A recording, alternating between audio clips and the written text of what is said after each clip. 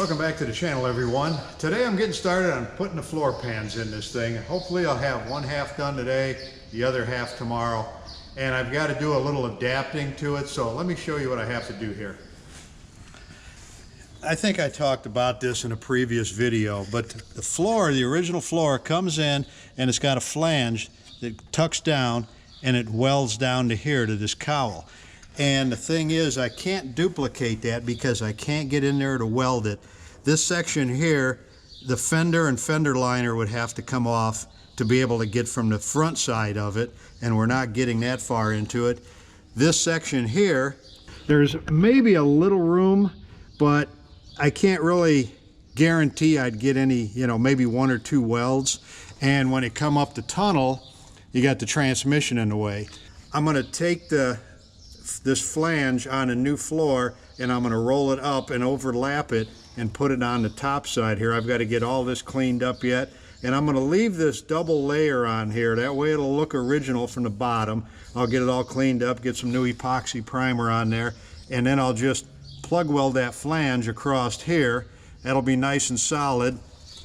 Now on this side, there was enough of the floor that was still good. Everything else here was rusted away. It wasn't worth saving.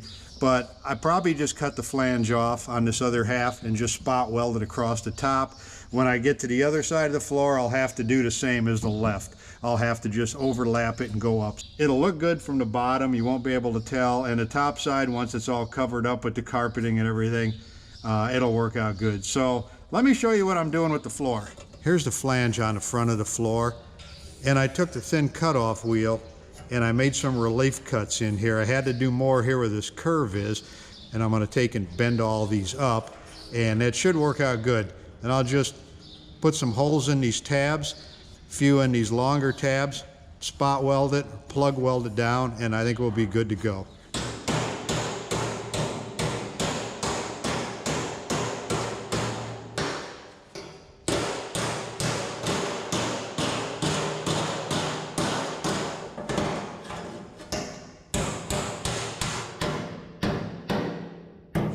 This corner here, I'll have to take and V that out so it's not overlapping. Maybe a little bit up here too, but it'll work good.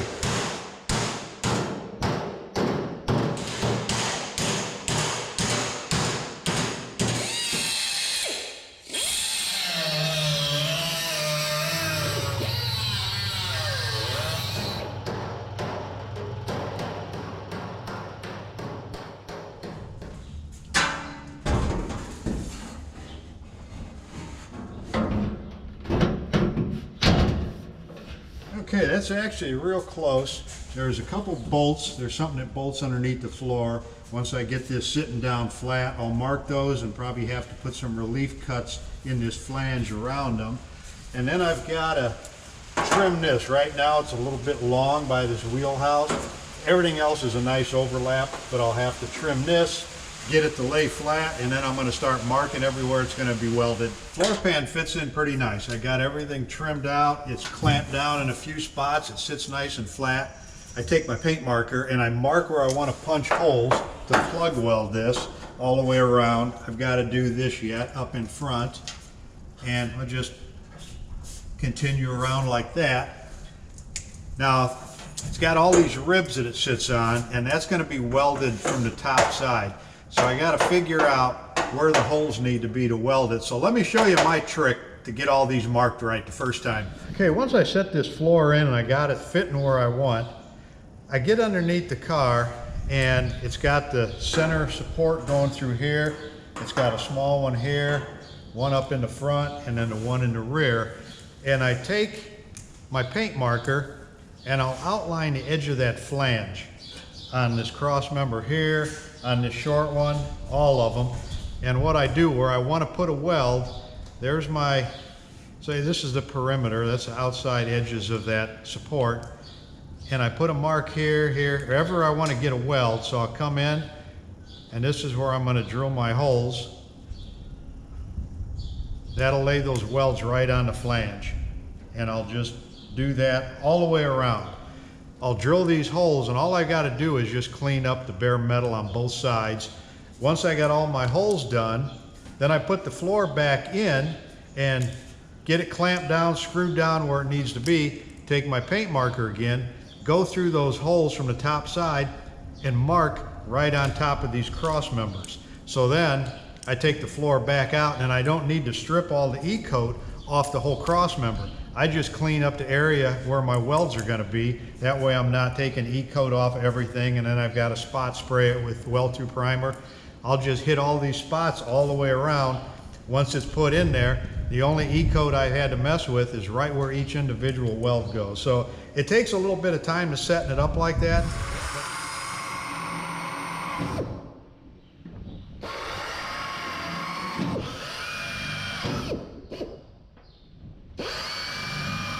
Okay, this floor is ready to go in, so I'm gonna set it in again. I'll get it clamped into place, and then I'll just take my marker and go through these holes and mark on all the cross members, take it back out, get all those spots cleaned up, ready to go, and put it in one last time.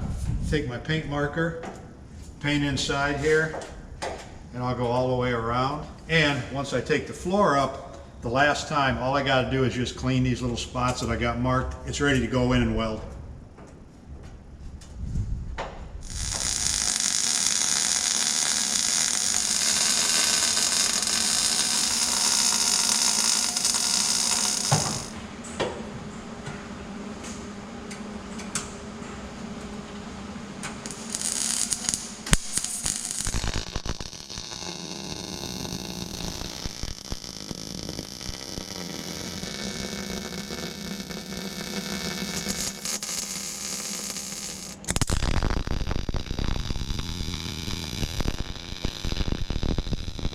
Okay, the left side is in place. It's all welded in. Everything is cleaned up, top side, bottom side. So, time to start on the right-hand side.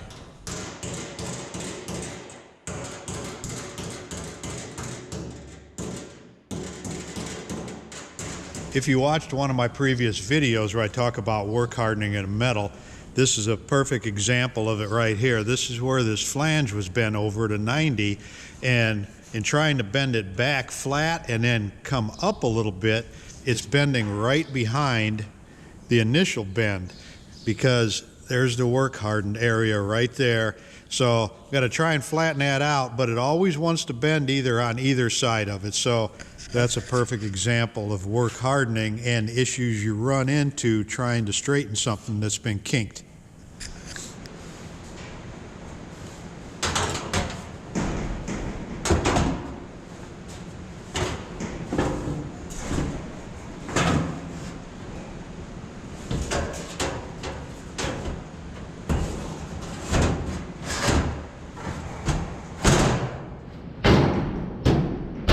Looks like it was made to fit.